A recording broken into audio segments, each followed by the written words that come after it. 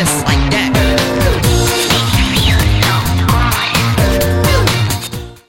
Eh bien, bonjour tout le monde, on se retrouve pour le 6e épisode de Planet Coaster 2 sur notre énorme map avec plein de petits bâtiments qui vont au fur et à mesure, bien évidemment, de nos épisodes s'agrémenter de plein de petites choses à l'intérieur. C'est vrai qu'on avait présenté tout récemment notre merveilleuse grande boutique principale de notre parc. On avait également rapidement fait une grosse zone de restauration pour pouvoir absorber énormément de capacité. Regardez, on a quasiment 4 points de restauration.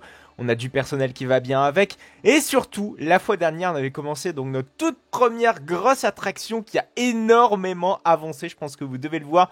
C'est vrai que la fois dernière, on avait commencé à élaborer notre file d'attente, notre station d'embarquement, de débarquement. Mais on n'avait finalement pas fait grand chose. C'est vrai. Je me suis dit, il faut quand même mettre un petit coup de collier quand même durant l'inter-épisode pour pouvoir quand même avoir cette attraction opérationnelle assez rapidement. Donc c'est exactement ce que j'ai fait durant l'inter-épisode. J'ai fait énormément d'avancées justement dans ce gros coaster qu'on va continuer de construire ensemble. On va faire les virages, on va faire les launches, etc., etc. Vous allez voir, on va faire énormément de choses juste après avoir présenté donc toutes les améliorations, toutes les nouveautés qui ont été faites justement dans le parc durant cet inter-épisode et pouvoir un petit peu se projeter sur l'avenir, sur ce que va devenir ce coaster, ce que va devenir en tout cas de notre parc après la construction de cette attraction. Vous allez voir, on va explorer tellement de choses. Ça va être très intéressant. Donc bien évidemment, restez jusqu'au bout. Alors, si on peut détailler un petit peu ce qui a été fait durant l'inter-épisode, un petit peu à l'extérieur de notre attraction. Et ensuite, on se plongera réellement dans le sujet de l'attraction. Vous allez voir qu'il y a une bonne partie des allées à l'intérieur qui ont un petit peu refaites, qui ont un petit peu réaménagées par rapport à la vision initiale qu'on avait vue dans le dernier épisode. Bref, vous allez voir tout ça dans cette vidéo. Alors, pour faire un petit peu la passe sur nos différents aménagements qui ont été faits durant l'inter-épisode, en dehors de l'attraction, on a donc cette merveilleuse vigie que je vais présenter la dernière fois. C'est plus un phare qui illumine notre merveilleux petit lac. Donc la vigie, juste en dessous, on a donc des merveilleuses petites boutiques, donc 2 petites boutiques, mais surtout des auvents qui ont été rajoutés. Il y a un petit bâtiment qui commence à se profiler pour ce qui est de la transition entre notre parc sec et notre parc aquatique. C'est une ébauche, très sincèrement, il y a encore moyen que ça bouge, surtout que c'est vrai que le parc aquatique, on va pas le faire maintenant. Moi, je veux réellement prioriser le parc sec avec les attractions. C'est vrai que le parc d'attractions sec sera beaucoup plus imposant, il y aura beaucoup plus d'attractions, beaucoup plus d'activités à faire dans le parc sec que dans le parc aquatique. Donc c'est pour ça que je privilégie tout de même l'attraction, en tout cas la grosse attraction qu'on est en train de construire en indoor, plutôt que le reste. Surtout que d'ailleurs, j'ai voulu construire une attraction en indoor dans un premier temps parce que Planet Coaster 2 gère désormais la pluie, etc., la météo. Donc ça me paraissait essentiel tout du moins d'exploiter cette fonctionnalité, d'avoir une attraction qui puisse abriter nos visiteurs. D'ailleurs, c'est pour ça que l'entièreté de nos facilities qu'on a construit là, il y a à chaque fois des espaces intérieurs. Donc le fait d'avoir une attraction intérieure, ça prend quand même tout son sens. Donc construire un assez rapidement. Voilà, donc autrement, c'est tout ce qui est apparu depuis la dernière fois en dehors de tout cela. Faut dire qu'on avait quand même fait pas mal d'épisodes, on avait consacré pas mal d'épisodes à notre zone d'entrée avec les différents petits kiosques d'information, notre boutique principale, etc., etc. Il était quand même temps tout de même de commencer à construire notre grosse attraction et que c'est exactement ce qu'on va présenter donc aujourd'hui. Alors, qu'est-ce qui a été fait dans cette merveilleuse attraction? Déjà, je vais me mettre en mode nuit parce que j'ai remarqué un truc. C'est que, contrairement à ce que nous a promis Frontier, c'est-à-dire le développeur de Planet Coaster 2, c'est que nos éclairages rendent mieux de nuit que de jour. Donc regardez, même quand on est à l'intérieur, regardez là désormais nos éclairages ressortent quand même bien mieux que tout à l'heure. Donc bon, on est obligé de se mettre en mode nuit comme dans Planet Coaster 1, avoir correctement, avoir la gestion de l'éclairage comme il se doit, digne de ce nom. Donc c'est pour ça que je me suis mis en mode nuit. Alors l'entrée de l'attraction commence déjà à être faite. Donc vous voyez qu'il y a 2 entrées qui ont été réalisées. Il y a l'entrée express et la main entrance, donc l'entrée principale. Donc comme vous pouvez le voir, on aura donc la séparation des merveilleuses petites arches pour ce qui est de cette attraction. Alors si on prend la main entrance, on va donc tourner juste à gauche. Donc si vous vous repérez par rapport au dernier épisode, en fait on est juste en dessous de la station. La station est vraiment juste au-dessus de notre tête. Et là ici on a un petit couloir donc qui permet donc de séparer notre entrée principale avec l'entrée express. Donc quand on va du côté de l'entrée principale, on entame par un gros parc à bœufs dans des égouts. Et oui, parce que ça va être le thème principal, va-t-on dire, de notre attraction. On va aller dans un thème égout / prison. On est dans un endroit, très dark, qui va se passer des choses. Voilà, c'est vrai que je vais un petit peu casser ce côté très coloré, très joyeux, très en sécurité finalement de l'extérieur avec notre attraction en changeant un petit peu d'ambiance. On est toujours en soi dans la même thématique, dans le même univers. Mais là, par contre, on contraste, on passe du joyeux au thème beaucoup plus dark avec ces égouts, avec ces prisons qu'on a donc essayé de thématiser. Donc des petites rambardes pour pouvoir séparer donc nos petites lignes de parc à bœufs avec de la décoration station avec des petites arches, avec de l'éclairage qui a été spécialement géré. Bon, l'éclairage par contre, on s'en rend pas bien compte, mais il y a de l'éclairage qui est un petit peu planqué au-dessus des murs parce que les éclairages là qui sont au niveau des piliers sont pas suffisants, je trouve, par rapport à ce qu'ils génèrent en termes d'éclairage. Donc c'est pour ça que j'ai dû mettre du renfort un petit peu là-haut. Vous voyez, donc des petites barrières également qui ont été faites de manière personnalisée. C'est pas des barrières qui sont disponibles dans le jeu. En fait, j'ai assemblé plusieurs objets pour pouvoir créer ce nouveau type de barrière ou ce type de barrière qui est inexistant dans Planet Coaster 2. Il y a également un petit seuil de porte qui a été créé spécialement pour ça. La porte existe de base, mais par contre le seuil de porte, vous voyez, qui a été travaillé. Vous voyez que la petite bordure, d'ailleurs la bordure qui n'a pas le rendu souhaité par rapport à l'éclairage. Alors on est censé avoir une bordure qui est similaire à ici, mais j'ai l'impression que l'éclairage est un peu buggé et le rend beaucoup plus dark que ce qu'il ne devrait être. C'est pas censé être le cas, hein, je vous rassure, parce que du coup ça dénote complètement avec le tout. Donc vous voyez que le seuil de porte a été bien fait, bien ficelé. On va dans ce détail-ci, et là boum, derrière on arrive donc sur le parc à bœufs, voilà, qui scinde complètement d'univers, hein, puisque là on est encore sur un univers très coloré. Boum, on arrive sur une porte presque sur la cave de cet univers très coloré, et je trouve que le contraste est quand même vachement bien réussi. Le seuil de porte symbolise cette scindation d'univers et d'ambiance qui est complètement différent. Donc quand on passe à la salle suivante, hein, vous voyez, c'est vrai qu'on n'avait pas construit de parc à bœufs, mais moi je l'ai fait en off, j'ai construit le parc à bœufs et en plus la thématique, mais c'est un boulot absolument monstrueux. Je vous laisse même pas imaginer tout ce que ça a dû être. Donc on passe ensuite à une autre salle qui est beaucoup plus circulaire, voilà, qui permet un petit peu d'avoir une salle qui est beaucoup plus grande, beaucoup plus haute en hauteur. Vous voyez que tout n'est pas encore terminé, hein, c'est vrai que ça manque de rambardes, ça manque un petit peu peut-être de décoration annexe que ce qu'on a au niveau des murs, etc., etc. Ça va être fait, ne vous inquiétez pas, mais bon, ça prend du temps déjà, ne serait-ce que pour faire cette salle. Et les deux salles précédentes, ça m'a pris un temps absolument monstrueux. Mais voilà, il y a encore des détails à faire, mais là je voulais contraster un petit peu avec cette salle qui est très serrée, très rikiki, qui fait presque office de transition entre l'univers plutôt joyeux et l'univers beaucoup plus dark. Et là, boum, on arrive voilà sur des grandes salles avec des grands espaces qui va tout de même bien contraster avec l'ambiance qu'on a fait juste avant.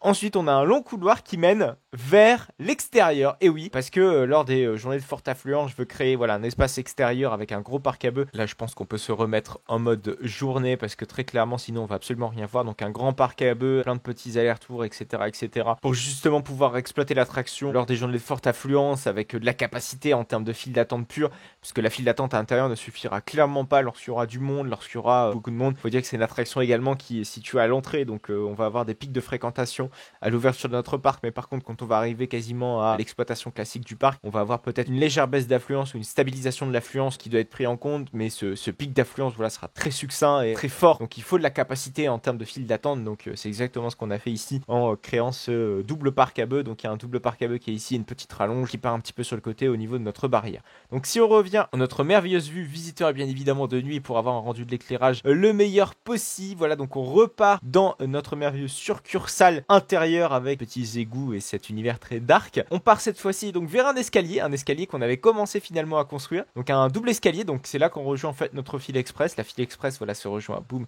juste ici, se raccorde ici, et là on arrive donc à ce double escalier. Donc file express, je rappelle, ici à gauche et à droite notre file normale, avec un escalier voilà en parallèle de la file express de la file normale, et boum, on vient se renclencher à notre petite station et avec notre petit véhicule. Donc j'ai pas capté qu'il y avait un petit message d'erreur, mais on nous demande juste d'être en play pour pouvoir tester notre attraction. Et donc on arrive donc vers la station d'embarquement avec les petits véhicules voilà qui se succèdent au fur et à mesure. Il y a un travail d'éclairage également qui a été fait au niveau de cette salle. Vous voyez que c'est tout de même assez conséquent, donc un travail d'éclairage sur les murs voilà qui est un éclairage très bleuté. D'ailleurs l'entièreté de la file d'attente a un éclairage assez similaire, très bleuté, voilà, qui offre vraiment une atmosphère très inquiétante, très dark à tout cela. Et on a notre véhicule qui est éclairé comme un espoir, voilà, une lueur d'espoir qui nous invite en tout cas à embarquer dedans. Si tu es près de nos portillons, allez, boum, embarquer notre merveilleux petit véhicule.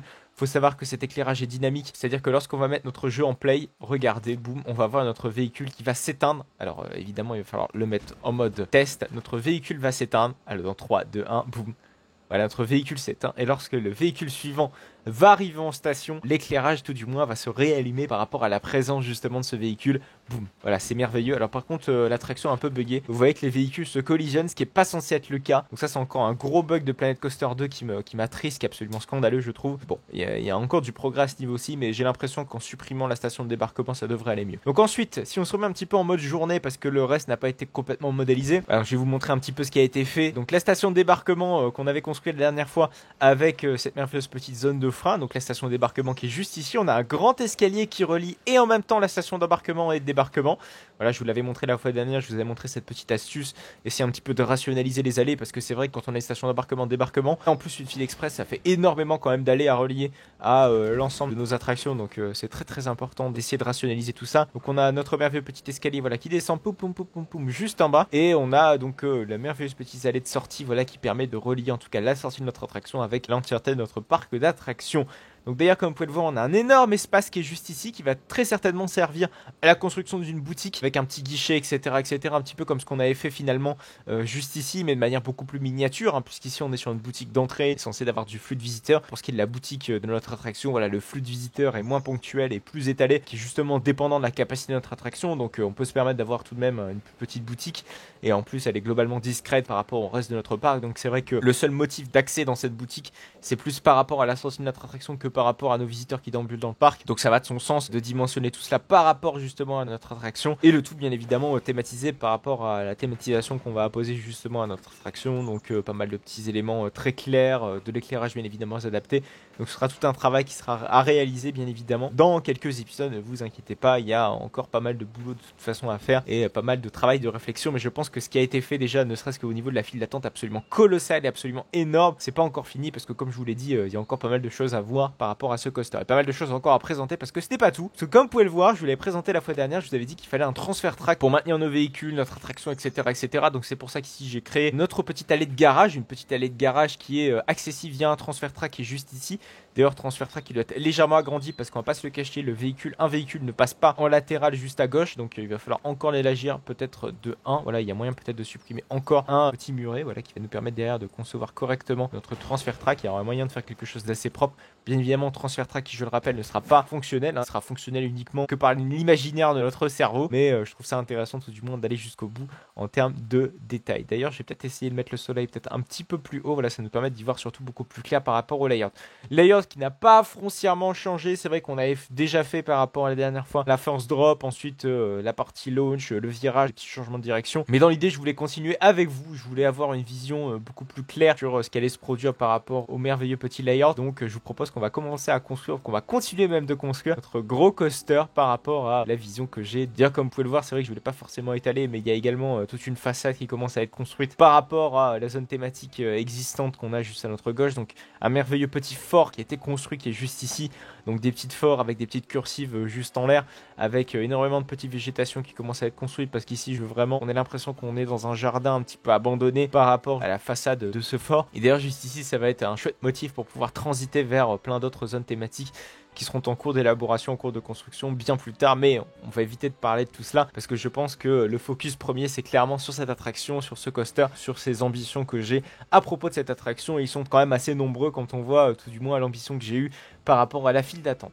Alors c'est vrai qu'il y a une spécificité par rapport au type de coaster que j'ai choisi, que je ne vous ai pas trop détaillé, c'est la capacité à pouvoir tourner sur lui-même, donc c'est-à-dire qu'on peut contrôler la rotation de notre attraction via un petit sélecteur. Voilà, donc par exemple quand on va dans le mode modification de Planet Coaster 2 et qu'on sélectionne par exemple ces deux tronçons, on a une petite section qui nous permet d'avoir ici le commande de lacet. Voilà, c'est comme ça que ça s'appelle dans Planet Coaster 2. Moi en réalité je pense que la traduction est un peu bancale. On peut déterminer, voilà, la rotation exacte de notre coaster, donc c'est-à-dire qu'on peut mettre soit non, donc soit ça établit une transition entre le dernier commande de lacet et la commande de lacet suivante.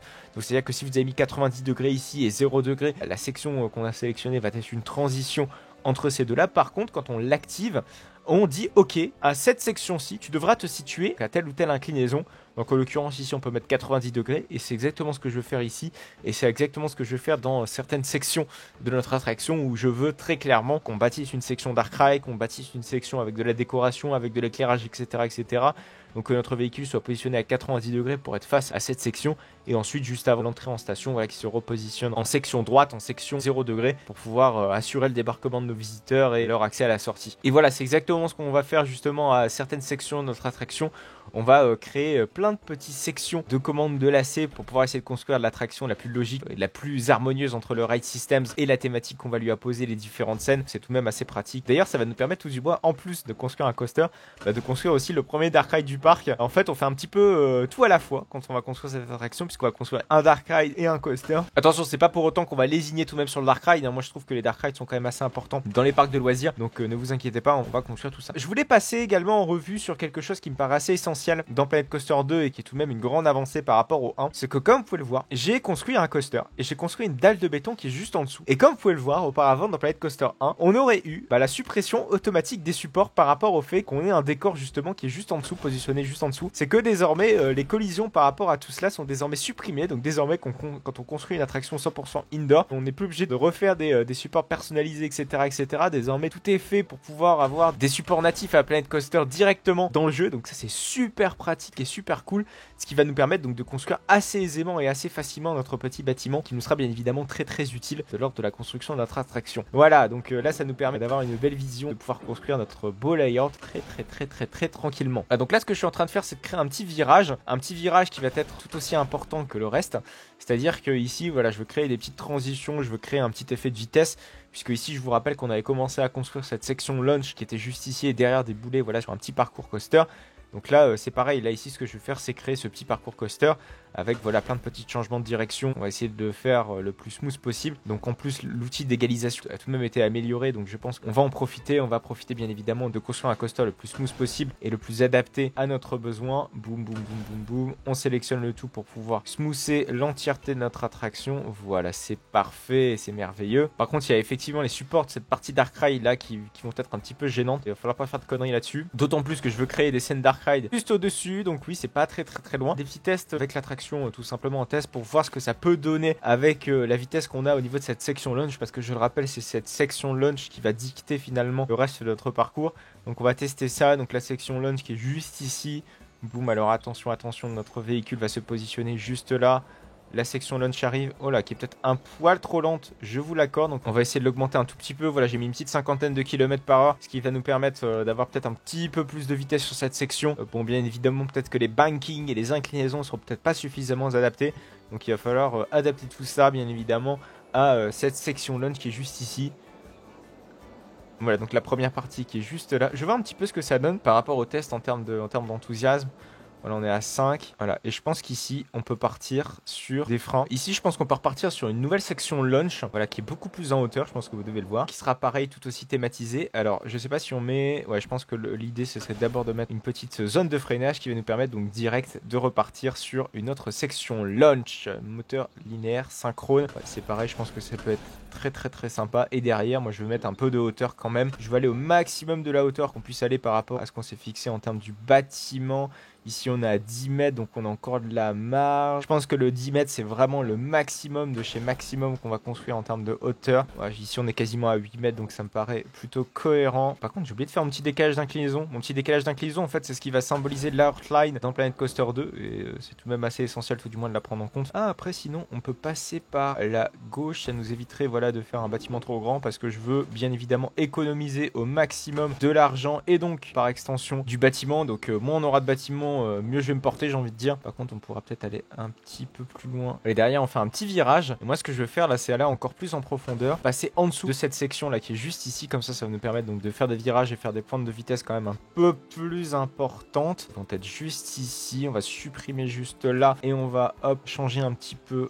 Voilà le nivellement du terrain pour passer en dessous de cette section. On veut vraiment optimiser au maximum de chez maximum les ressources qu'on a dans notre parc d'attractions. Et regardez, l'argent mine de rien, ça défile quand même relativement vite. On va également faire la même chose, voilà, de ce côté-ci pour ce qui est du terrain. Voilà, on égalise le tout, c'est parfait. Par contre, la clearance, ça va peut-être être un gros souci pour ce qui est de cette section. Je vais essayer de la monter un tout petit peu. On va voir un petit peu ce que ça peut donner. Je peux faire ma petite section qui est juste là. Par contre, on va va clairement trop vite sur cette section de launch. Peut-être falloir la modifier quand même, parce que là ça ne va pas du tout. Donc là on essaie de faire notre virage qui va passer juste en dessous de cette section. Mais le souci c'est qu'on passe en même temps en dessous de la section launch. Ouais, je vous ai dit, la clearance c'est clairement ric-rac. Et il faut clairement pas faire n'importe quoi avec ça, parce que sinon ça peut tout foutre en l'air. Ce serait quand même vachement dommage. Et là je pense qu'on peut essayer d'égaliser. Là c'est vraiment la grosse drop juste ici. On va avoir un beau pic de vitesse. Par contre là, la section launch, je suis pas certain. Voilà, elle est peut-être un peu trop imposante. Ah non, ça va, ça le fait. Ça peut le faire, comme ça fait une petite section, voilà, un petit peu dynamique. Je vous propose un petit peu qu'on teste notre attraction en on-ride. Comme ça va nous permettre de voir un petit peu ce que ça peut donner, ce bordel. Merde, bien évidemment, on va essayer de se mettre en vue caméra tout à fait classique. Là, ça nous permet tout de même d'avoir une petite vision de ce qu'on a pu faire là maintenant. Ouais, oh, la clearance, ça pue. La clearance, ça pue un peu du cul. Il va falloir que je gère un petit peu tout ça, ne serait-ce que même les bankings, les inclinaisons, etc. etc. Il y a moyen encore d'améliorer la chose parce que là, ça va pas du tout. Et là, on arrive donc sur la deuxième section launch avec notre petit frein. Voilà, normalement. Oh là là! Oh là, par contre, ça va beaucoup trop vite. La rotation va beaucoup trop vite. Techniquement, je pense que ce serait clairement impossible. Donc, il y a un certain boulot, mine de rien, à faire à ce niveau-ci. Voilà, déjà, ne serait-ce qu'à la rotation, je pense qu'il serait pas trop mal de faire un launch comme ça en horizontal. C'est fait notamment sur Uncharted, que ça me paraîtrait cohérent, pourquoi pas, de le faire sur cette attraction. Bon, voilà, il y a quand même du boulot, je pense que vous devez le voir, à faire au niveau de cette attraction. Mais on va continuer donc d'ici la fois prochaine. Si vous souhaitez bien évidemment continuer à suivre notre merveilleuse série et la construction de cette attraction, abonnez-vous à cette chaîne. Abonnez-vous également à mon compte Instagram pour suivre l'actualité de la chaîne et mes visites dans les parcs d'attractions. On y poste pas mal de contenu là-bas. Si vous souhaitez me soutenir, bien évidemment, likez cette vidéo, partagez, voilà tout ça. Vous connaissez la musique de toute façon. C'est très important, surtout que vous êtes très nombreux à me regarder, mais absolument pas à vous être abonné à cette chaîne. C'est scandaleux. Merci beaucoup d'avoir regardé cette vidéo. Si jamais vous ne l'avez pas vue, je vous invite à aller voir la vidéo précédente sur la série de Planet Coaster 2. Le lien va donc s'afficher juste à votre droite. Il ne me reste donc plus que quelques secondes pour pouvoir cliquer et aller voir l'épisode 5 de la série Planet Coaster 2.